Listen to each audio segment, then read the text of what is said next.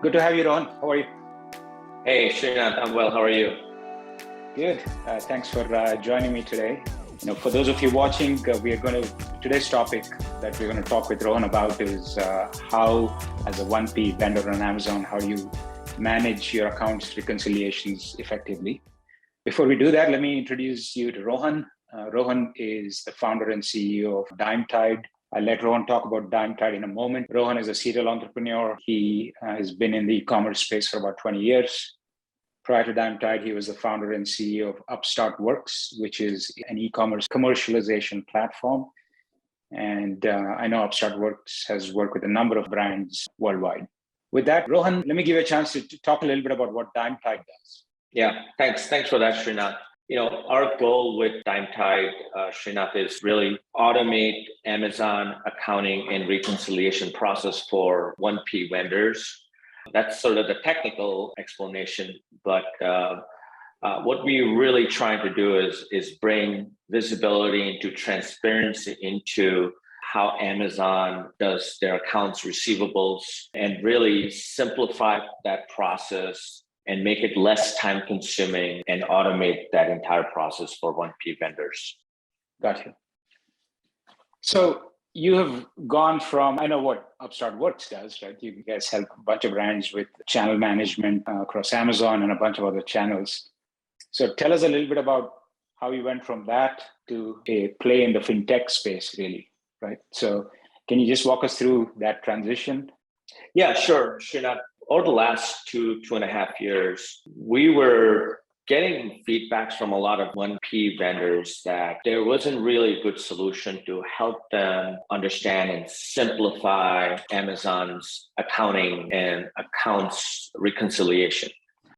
Amazon has a very unique and complex way of how they do accounting, and especially how they pay vendors. It's very different than any other retailer and retailer out there. And what we realized was that for big vendors that are doing decent volume, this process was not only complicated, it was time consuming, manual, and was causing a lot of extra work that, frankly speaking, shouldn't be. And 2 years ago, we sort of went off on this journey to solve this problem that at that time we believe we were hearing from enough vendors for us to really dedicate it the time and effort. And as we look deeper into this, we realized that this is a problem vendors face globally. And we thought that we would build a solution that would address this problem. It's very esoteric, but I think it is one that is adding a lot of value to people that are currently using the platform. Makes sense. So let's, you touched on the complexity of accounts reconciliation for vendors. If you don't mind, let's unpack that a little bit. Besides the manual process that doesn't have a ton of automation, is there anything about the analysis itself that is complex or makes it complex for vendors? I think when you kind of zoom out, there's two key things. First is, Amazon has over 20 different cross docks in US and in over 200 different fulfillment centers. So how Amazon receives the product also has a lot to do with where these accounting inefficiencies happen. When you take the complexity of their supply chain system and combine it with their accounting system, which is deduct from pay, right? So Amazon always deducts first and pays later. Now, at the scale at which they operate, right, it is somewhat a right methodology for them to adopt, because if they pay first and deduct later, what happens if the vendor short ship? Then Amazon will need to have an army of essentially collectors calling the vendors and trying to get the money back, right? So from Amazon's perspective, deduct first, pay later makes sense. And that's really where the complexities happen, right? For example, let's say you ship 100 units. Sometimes Amazon thinks that they received 110 units, right? And vendors always have agreed upon co-op with Amazon. So Amazon will think that they received 110 units, deduct the co-op on 110 units, but later when they reconcile, they'll say, hey, we actually only received 100 units. The vendor invoices for 100 units, but the extra co-op deduction they take on the extra 10 units never really gets returned back to the vendor, right? That's just one very simple example of how these things happen. And, we've identified over 107 different instances of where these things can happen. That's one thing. And then the sheer volume of data is also the other big thing. Several vendors, I would say, just don't have the ability to look at this level of data at a line item level, which is, again, a big reason why these things get missed. What makes the 3P side, the seller side, different from the 1P side in this regard? It's a good question, Srinath. So the 3P side of things is relatively less complex than the 1P side. Now, not to mention that overbillings don't happen on the 3P side. The main difference here is that on the 1P side, vendors agree on many different contracts, right? It could be a freight agreement, it could be a co-op agreement, it could be a damage agreement, it could be a promotion. And then the magnitude of these types of billing errors are significantly high on 1P side and not so much on the 3P side, because on the 3P side, the sellers are not necessarily agreeing on multiple different contracts. Sure. And that's the big difference. Understood. And I know you have been looking at a lot of different accounts of different vendors. If I were to ask you, what does an efficient operation inside a 1P or a vendor look like when it comes to managing account reconciliations? Yeah, we've been working with a lot of different vendors, different sizes, from 10 million to hundreds of millions. And there's a couple of things that I would like to point out, right? Every vendor we work with have some of the best world-class financial systems and processes in-house, right? Now, those systems and processes are meant to effectively identify and solve a known problem. And what largely we're talking about and trying to solve here is problems that are not known, right? So what couple of practices that we see that are effectively being employed by some vendors is that, they are really looking for the anomaly in their billing first. Secondly, looking at trend data, right?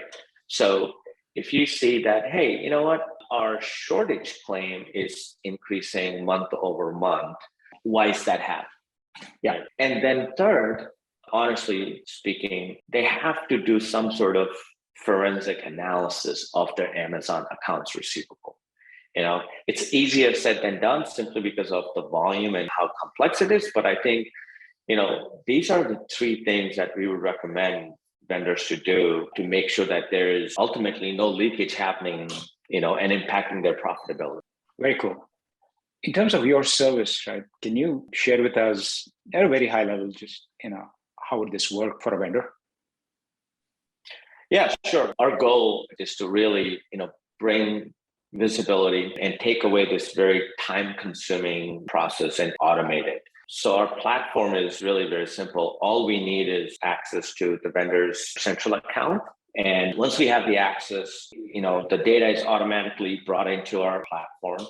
We stitch the data together and we run our algos onto the data. And then the output really is identifying where these overbilling deductions are happening, where the shortage is happening, and the reason why they're happening. Once we do that, and once we'll present our findings to the vendor, and once the vendor gives us the green light, our team will then, index the data, format the data, and work with Amazon FinOps team to dispute those claims and manage that process all the way till the funds are credited back to the vendor's account. So that's kind of the first step. And then the second step is really then saying, hey, you know what?